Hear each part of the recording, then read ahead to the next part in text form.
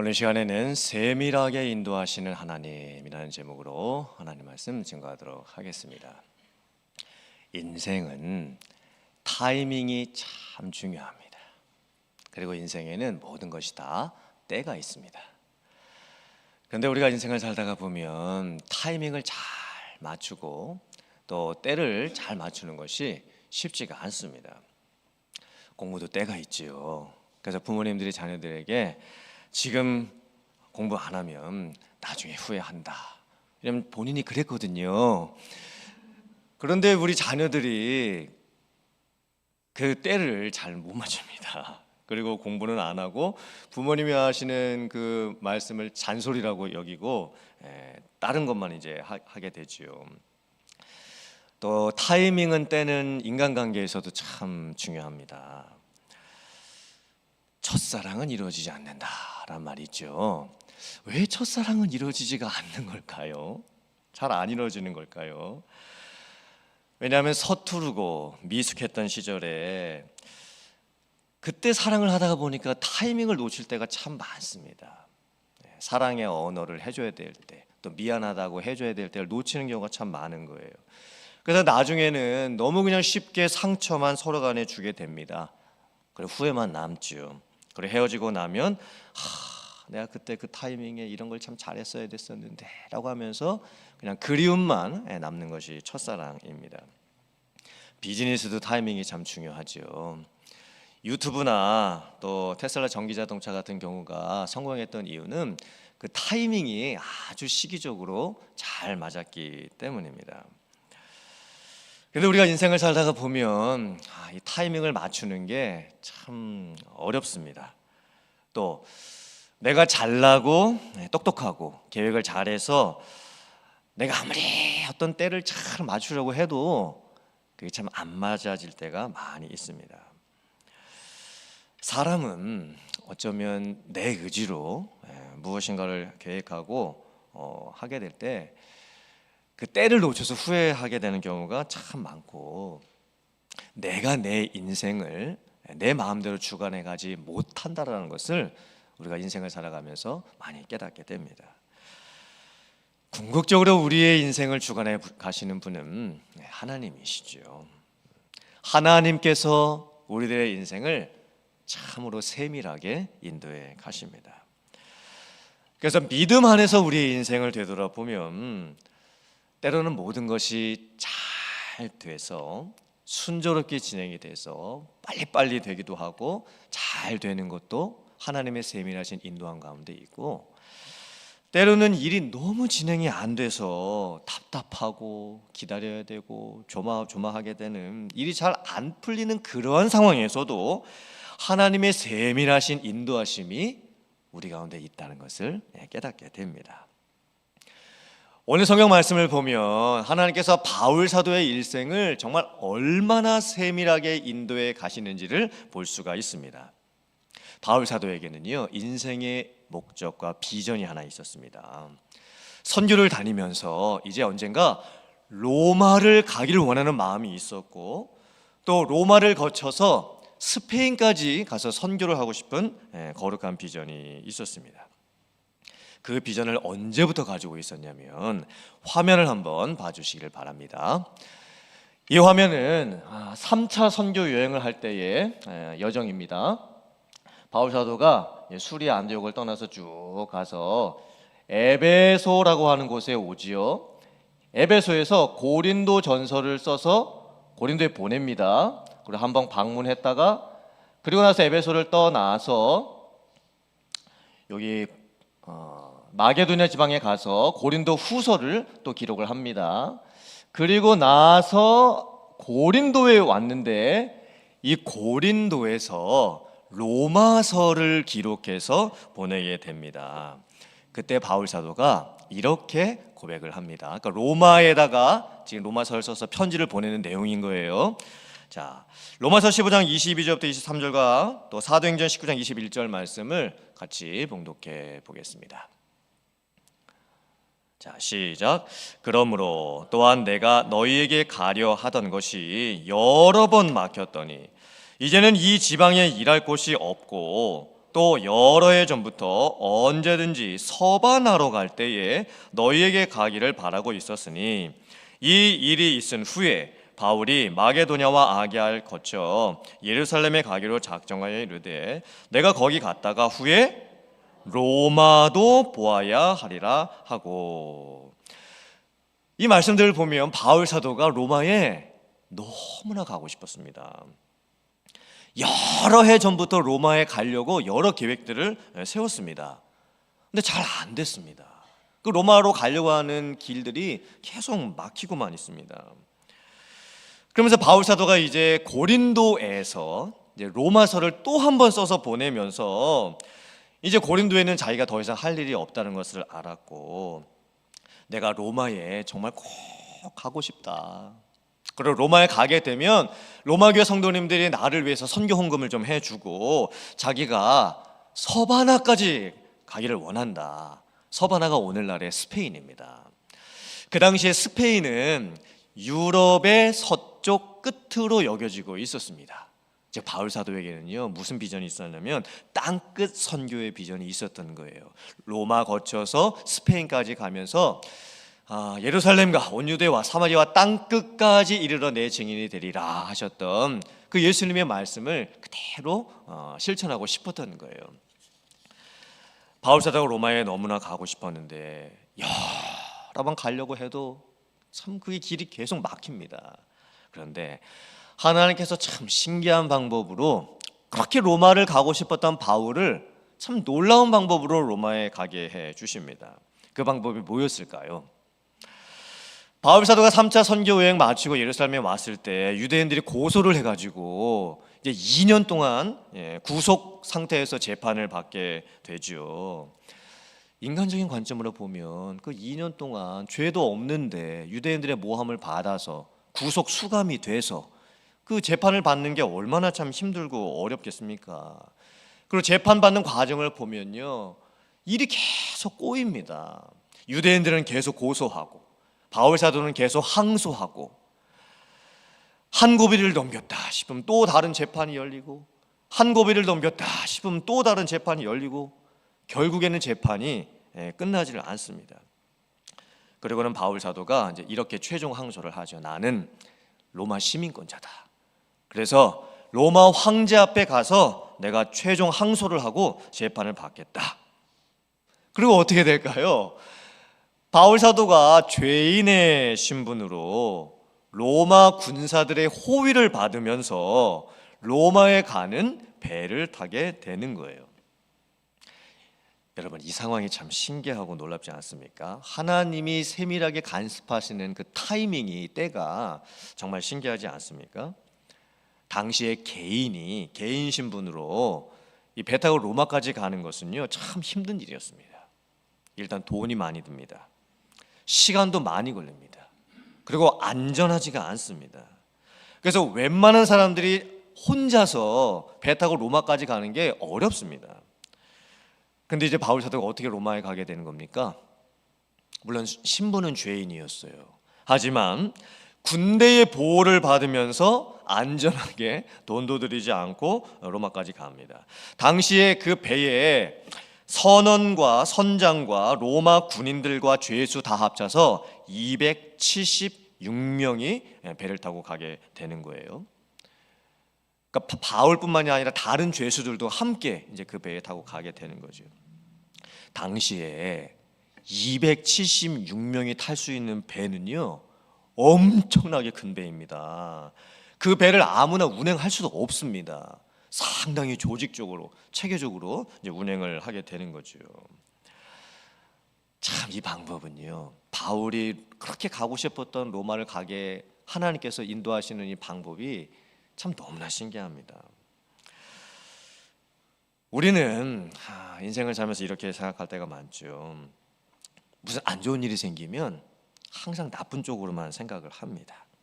그런데 참 놀랍게도 하나님께서는 가장 안 좋은 타이밍 속에서도 하나님의 놀라운 계획을 이루어 가십니다. 그러면 우리가 나한테 왜 이런 일이 생겼을까? 왜 하필이면 이 타이밍에 이때에 왜 나한테 이런 일들이 생겼을까 하면서 너무 낙심할 필요가 없습니다. 왜냐하면 내가 생각했을 때 가장 안 좋은 그 타임조차도 하나님께서 우리의 삶에 간섭해 주시고 정말 세밀하게, 그리고 가장 좋은 방법으로, 그리고 가장 선한 목적을 향해서 하나님께서 인도해 주시기 때문입니다.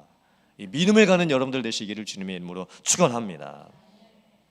자, 이제 바울 사도가 배 타고 이제 로마까지 이제 가게 되지요. 화면을 한번 다시 한번 봐주세요. 자, 바울이 여기 예루살렘 가이사랴 시돈을 떠나서 이제 배를 탔어요. 쭉 갑니다. 그리고 여기 무라 니도 지역에 도착을 하고, 여기 이제 튀르키예 요 남쪽 지역이죠. 그리고 다시 이제 또 떠나서 그레데 섬에 도착을 합니다. 여기 미항이라는 항구가 있고 여기 베닉스라고 하는 항구가 있는데, 여기에서 무슨 사건이 한번 일어납니다. 제가 이따 말씀드릴게요. 그리고 다시 이제 배를 타고 출발을 했는데, 출발하자마자 요 섬 근처 요 밑에 쪽에서 유라굴로라고 하는 태풍을 만나는 거예요. 태풍을 만나가지고 14일 동안이나 그냥 이렇게 표류를 하다가 멜리데라고 하는 요 섬에 도착을 합니다. 요 태풍 만나는 사건이 이제 두 번째 사건입니다. 그리고 요 멜리데 섬, 오늘날로 하면은 몰타 섬입니다. 요즘 한참 뜨는 휴양지입니다. 몰타 섬.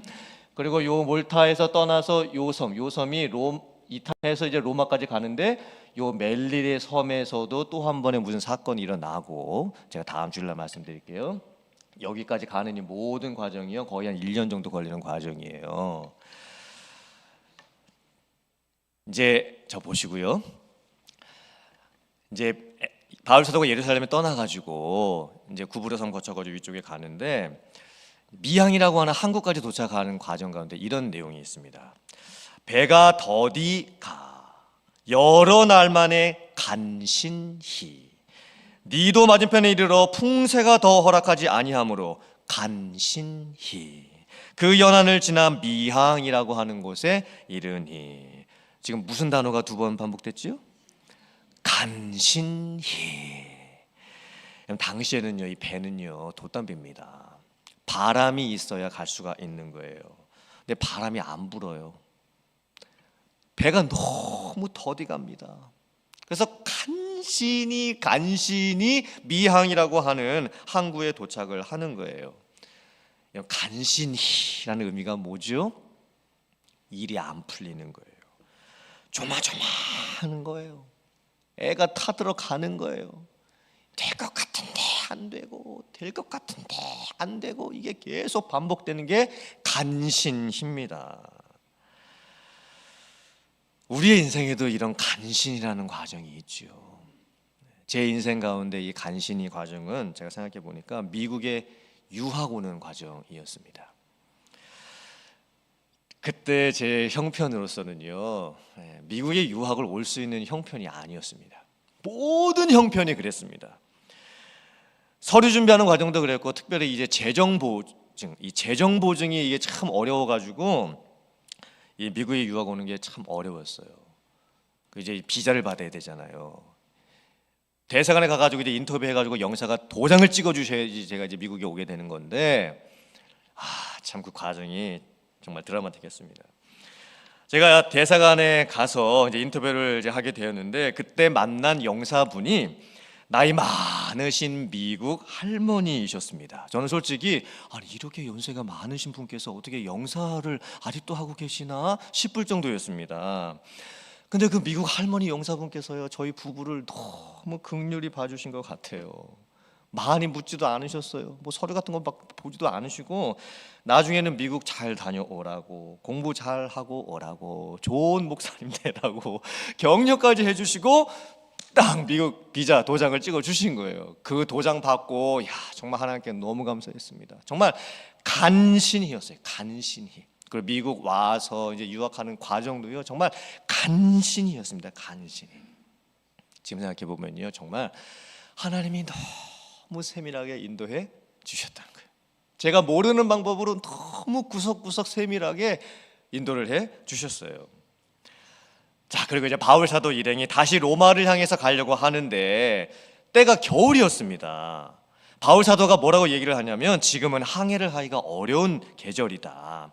만약에 우리가 밀어붙여서 계속 항해를 하게 되면 배를 타고 가다가 배뿐만이 아니라 우리 생명에도 위험이 닥칠 수가 있다. 그래서 이제 겨울을 미항이라고 하는 작은 항구에서 보내고 나서 겨울 다 지나고 나면 다시 이제 로마로 가자, 이렇게 이야기를 합니다. 그런데 그 바울 사도의 이야기를 들었던 다른 많은 사람들은 어떻게 생각을 하냐면 아니다, 이 미항이라고 하는 항구는 너무 항구가 좁고 겨울을 지내기가 우리가 너무 불편하다. 276명이나 되는 많은 사람들이 겨울을 보내야 되는데 여기는 너무 시설도 없고 힘들어서 여기서는 우리가 겨울 못 보낸다. 조금만 더 가면, 아까 제가 그 지도 보였을 때 그레데 섬에 미항이라는 항구가 있었고 조금 바로 위쪽에 베닉스라고 하는 항구가 있었죠. 다른 많은 사람들은요 베닉스까지 가자는 거예요. 미항에서 베니스까지 얼마 되지도 않은 거리니까 베닉스에 가면 거기서 우리가 겨울을 아주 편안하게 보낼 수 있다라고 하면서 베닉스로 가자고 하는 거예요. 결국에는 많은 사람들의 뜻이 이겼죠. 그리고 이제 미항을 출발해서 베닉스로 가는데 남풍이 순하게 붑니다. 그러면서 사람들이 어떻게 생각했냐면 그들의 뜻을 이룬 줄 알았다. 성경이 이렇게 기록을 하고 있습니다. 즉 자기들이 생각한 대로 일이 지금 잘 풀려가고 있구나, 이제 베니스 도착해서 거기서 우리가 겨울을 편하게 보낼 수 있겠구나, 그렇게 생각을 한 거예요. 그런데 웬걸, 그 미항에서 베닉스로 가는 그 조금만 가면 되는 그 거리에서 유라굴로 태풍을 만나게 되는 거예요. 그때부터 14일 동안 바다 한가운데서 표류를 하면서 엄청난 고생을 하고 죽을 뻔한 위험까지 겪게 되는 겁니다. 이 상황을 한번 잘 보세요. 바울 사도가 그냥 이 미항이라고 하는 항구에서 겨울을 보내자, 그게 더 낫다. 사실 바울 사도는요 선원도 아니었습니다. 날씨 이런 계절 같은 거 잘 모르는 사람입니다. 바울 사도가 아마 그렇게 말을 했었던 이유는 하나님께서 주셨던 뭔가 마음에 감동이 있었기 때문이겠죠. 우리가 조금 겨울 보내기가 불편하지만 그래도 그냥 참으면서 여기서 조금 더 머무는 것이 낫겠다. 바울 사도는요 불편해도 참고 견디는 게 낫겠다, 이렇게 생각을 한 거예요. 왜냐면 하나님이 그런 마음을 주시는 거예요. 근데 지금 대다수의 많은 사람들은 어떻게 생각했다고요? 우리는 절대 고생 못해. 이 겨울 우리는 편하게 보내고 싶어. 조금만 더 가면 베닉스 항구가 있으니까 우리는 거기 가서 편하게 겨울을 지내자. 그리고 가면서 처음에는요 순풍이 불어요. 바람도 자기들을 도와주고 있습니다. 일이 잘 풀리는구나 생각을 했죠. 근데 결국에는 이제 유라굴로 태풍을 만나게 되는 거예요. 이 모습을 보면 우리들도 똑같은 것 같습니다. 우리가 인생을 살아가면서 어떤 때를 정할 때, 어떤 타이밍을 저희들이 정할 때에 우리의 기준은 항상 뭐냐면 일이 잘 되냐 안 되냐가 항상 기준인 거예요. 그리고 일이 잘 되면 내 뜻대로 되고 있는 거고, 일이 안 되면 내 뜻대로 안 되고 있다고 생각을 하는 거예요. 우리는 때로는 하나님께 기도도 안 하고 하나님께 묻는 것도 없고 하나님이 정말 뭐를 기뻐하실지 생각도 안 하고 그냥 내 편한 대로, 그리고 내가 하고 싶은 대로, 나에게 유익이 되는 대로 뭔가 타이밍을 정하고 때를 정하고 계획을 정할 때가 있습니다. 그래도 그게 처음에 잘 돼요. 또 기도도 하나도 안 하고 뭔가 일을 했는데 이게 일이 너무 잘 풀리는 거예요. 그게 굉장히 위험한 겁니다. 하나님 없이 내 인생이 잘 되면 오히려 내 인생이 더 위험해질 수도 있습니다. 즉 내가 생각했는데도 일이 잘 풀리냐 안 풀리냐, 그건 내 인생이 중요한 게 아니에요. 정말 하나님이 기뻐하시는 그 뜻대로 내가 가고 있는지, 그 상황에서 순풍이 불 수도 있고 역풍이 불 수도 있는 거예요. 그런데 하나님이 기뻐하시는, 정말 기도도 많이 해보고 하나님의 뜻도 구해보고 내 마음과 전심을 다해서 정말 하나님의 뜻대로 살고 싶은 그런 마음으로 살면서 순풍당하고 역풍당하는 것은 괜찮습니다. 왜냐하면 하나님께서 세밀하게 인도해 주시기 때문이에요. 여러분들께서도 어떤 때와 타이밍 정하실 때 뭐 좀 불편해가지고 고생하기 싫어가지고 뭐 막 뭘 하려고 하는 거, 그렇게 하지 마시기 바랍니다. 항상 하나님의 뜻을 우선시할 수 있는 여러분들 되실 수 있기를 주님의 이름으로 축원합니다. 자, 이제 태풍 만났어요. 유라굴로 태풍. 그리고 선원과 로마 군인들과 죄수들 276명이 이제 탔는데, 태풍을 만난 지 3일째 되는 날 태풍이 여전히 멈추지를 않습니다. 사람들이 자지도 못하죠. 먹지도 못하고 있습니다. 그리고 배 안에 있었던 그 중요한 화물들도 자기들이 살아야 되니까 다 이제 배 밖으로 바다에 던져 버립니다. 구원의 여망이 사라져 버렸습니다. 이제 정말 죽겠구나 싶은 타이밍입니다. 그때 바울 사도가 배 안에 있는 사람들에게 놀라운 말씀을 전합니다. 여러분들 안심하십시오. 다만 손상되는 것은 이 배뿐이고 여러분들의 생명에는 아무 지장이 없을 것입니다. 이렇게 말을 하는 거예요. 참 놀라운 사건 아닙니까? 이것도 무슨 타이밍입니까? 바울 사도가 이렇게 말할 수 있었던 근거가 뭐였을까요? 사도행전 27장 23절부터 25절 말씀 같이 봉독해 보겠습니다. 시작. 내가 속한 바 곧 내가 섬기는 하나님의 사자가 어젯밤에 내 곁에 서서 말하되, 바울아 두려워하지 말라. 네가 가이사 앞에 서야 하겠고 또 하나님께서 너와 함께 항해하는 자를 다 네게 주셨다 하였으니, 그러므로 여러분이여 안심하라. 나는 내게 말씀하신 그대로 되리라고 하나님을 믿노라. 아멘. 참 놀랍지 않습니까? 하나님께서 죽음의 타이밍에 나타나셔서 그 죽음의 타이밍을 생명의 타이밍으로 바꾸어 주십니다. 배에 탔던 276명이 다 살 수 있는 이유가 무엇입니까? 바울 사도가 로마에 가서 복음을 전해야 되는데, 바울 사도를 살리기 위해서 하나님께서 나머지 275명도 다 살려주시겠다고 약속을 해 주시는 거예요. 바울 한 사람으로 인하여서 다른 사람들도 다 구원을 받게 되는 겁니다. 어떻게 이런 타이밍에 하나님의 사자가 바울 사도에게 나타나서 이런 말씀을 전해줄 수가 있을까요? 바울 사도가 고백했던 이 믿음의 고백이 참 너무 놀랍지 않습니까? 나는 내게 말씀하신 그대로 되리라고 하나님을 믿노라. 아멘.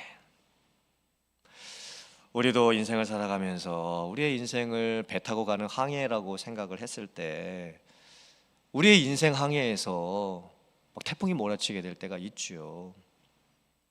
내가 가지고 있었던 내 인생의 배에서 중요한 물건들을 다 바다에 던져버려야 될 때도 있습니다. 그게 뭘까요?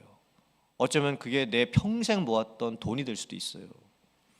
아니면 내가 평생 쌓았던 업적이 될 수도 있어요.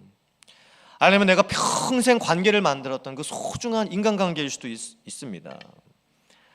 그런데 내 인생 항해 중에 풍파 만나서 그렇게 내가 소중하게 여겼던 것을 다 버려야만 되는 그런 때가 우리의 인생에 닥칠 때도 있는 거예요. 며칠 동안 먹지도 못해요. 며칠 동안 자지도 못해요. 그리고 정말 이런 생각이 들죠. 내 인생이 정말 이렇게 끝나버리는 건가? 정말 내 인생이 여기서 이렇게 주저앉아야 되는 건가? 그때 우리에게 필요한 고백이 무엇일까요? 바울이 고백했던 그 믿음의 고백이 아닐까요? 안심하라. 나는 내게 말씀하신 그대로 되리라고 하나님을 믿노라. 이 믿음의 고백이 여러분의 고백이 되시기를 주님의 이름으로 축원합니다. 아멘. 그런데 바울 사도에게 하나님께서 이렇게 말씀해 주셨을 때 그러면 태풍이 금방 그쳤는가? 아니에요. 바울 사도가 안심하라. 우리는 다 살 수 있다. 하나님이 우리를 지켜주신다고 했다. 나는 믿는다라고 했을 때 태풍이 그러면 순식간에 딱 멈췄는가? 아닙니다. 지금이 이제 3일째 되는 날이었잖아요. 그 이후에 태풍은요 11일이나 계속 반복이 됩니다. 이건 또 무슨 상황입니까? 우리들도 힘들고 어려운 상황 속에서 말씀으로 은혜 받지요. 그리고 기도하면서 위로도 받고 또 사람을 통해서 격려를 받는데 그래도 금방 문제가 해결되지 않을 수도 있어요. 하나님이 나에게 엄청난 은혜 주시고 막 말씀으로 위로 주시고 기도할 때 막 확신 주시고 또 여러 주변 분들이 나를 위로해 주시는데도 문제는 계속 똑같은 거예요. 삶이 바뀌는 게 하나도 없어요. 그때조차도 우리가 여전히 고백해야 될 믿음의 고백이 뭡니까? 하나님은 그 가운데서도 여전히 나의 삶을 세밀하게 인도해 가고 계신다. 이 믿음의 고백이 우리들의 고백이 되어야 될 줄 믿습니다. 자, 이제 태풍 만난 지 14일 만에 드디어 바울 사도 일행이 한 섬에 도착을 하게 돼요. 그 섬은 멜리데라고 하는 섬이었습니다. 근데 멜리데 섬에 이제 도착하게 될 때 또 한 번 하나님의 세밀하신 인도하심이 나타납니다. 이제 배가 표류해서 그 이제 섬 해안가로 이제 떠내려가고 있는 상황이잖아요. 그리고 이제 점점점 배가 그 섬 해안가에 가까이 이제 도착을 하니까 배 안에 있었던 사람들이 너도 나도 할 것 없이 이제 그 얕은 물가로 다 뛰어내리는 거예요. 그때 로마 군인들이 어떻게 생각을 했냐면 이 죄수들이 다 도망갈까 하여 죄수들을 다 죽여버리자라고 생각을 하게 됩니다. 바울 사도가 그 배에서 죽을 수 있는 그런 위험이 지금 닥쳐버린 거죠. 그때 성경 말씀을 보면 참 놀라워요. 백부장이 바울을 구원하려 하여 그들의 뜻을 막고라고 되어 있습니다. 아니 로마 백부장에게 어떻게 이런 마음이 들었을까요? 지금 다른 로마 군인들이 도망칠 수도 있는 이 죄수를 다 그 자리에서 죽여버리자 그러는 거예요. 근데 백부장의 마음에 이 로마 군대 지휘관이지요, 바울 사도를 꼭 살려야 된다라고 하는 마음이 들어요. 여러분 이게 놀랍지 않습니까? 어떻게 로마 군대 백부장에게 그런 마음이 들 수가 있습니까? 하나님이 주신 마음이 아니고서는 이건 뭐 설명할 방법이 없지요. 그래서 백부장이 바울을 살리기 위해서 다른 그 로마 군인들이 그 죄수 죽이려고 했던 것을 다 막는 거예요. 그러면서 이제 사람들이 배에서 뛰어내려서 이제 해안가에 도착을 하지요. 그러고는 결국에는 배에 탔던 사람들 276명이 다 구조가 됩니다. 사랑하는 성도 여러분들, 오늘까지 제가 지금까지 이제 말씀드린 이 말씀을 보면 정말 하나님의 인도하심이 너무 세밀하다는 것을 저희가 깨닫게 됩니다. 사실 인생의 타이밍이라고 하는 것은요, 그때는요 내가 만들 수 있는 게 아니에요. 사람에게는 인생의 타이밍을 만들어낼 수 있는 능력이 사실 없습니다. 인생의 타이밍은 하나님께서 만들어 가십니다. 그렇기 때문에 왜 하필이면 이런 힘든 일들이 이 타이밍에 나에게 일어났을까? 저희들이 그렇게 느끼는 그 순간에도 하나님은 여전히 세밀하게 우리의 삶을 인도해 가고 계십니다. 그러므로 여러분들께서 오늘 사도행전 27장에 기록된 이 말씀, 제가 다 시간이 없어서 말씀을 못 드렸으니까 집에 가서 꼭 한번 읽어보시기를 바라고, 다시 한번 이런 역사들이 여러분들의 삶 가운데 그대로 똑같이 일어날 수 있게 되기를 주님의 이름으로 축원합니다. 그래서 여러분의 인생에 정말 기가 막힌 기적과 같은 너무나도 세밀하고 너무나도 빈틈없이 인도해 주시는 그 하나님의 인도하심을 따라갈 수 있는 여러분들 다 되실 수 있기를 주님의 이름으로 축원합니다. 아멘.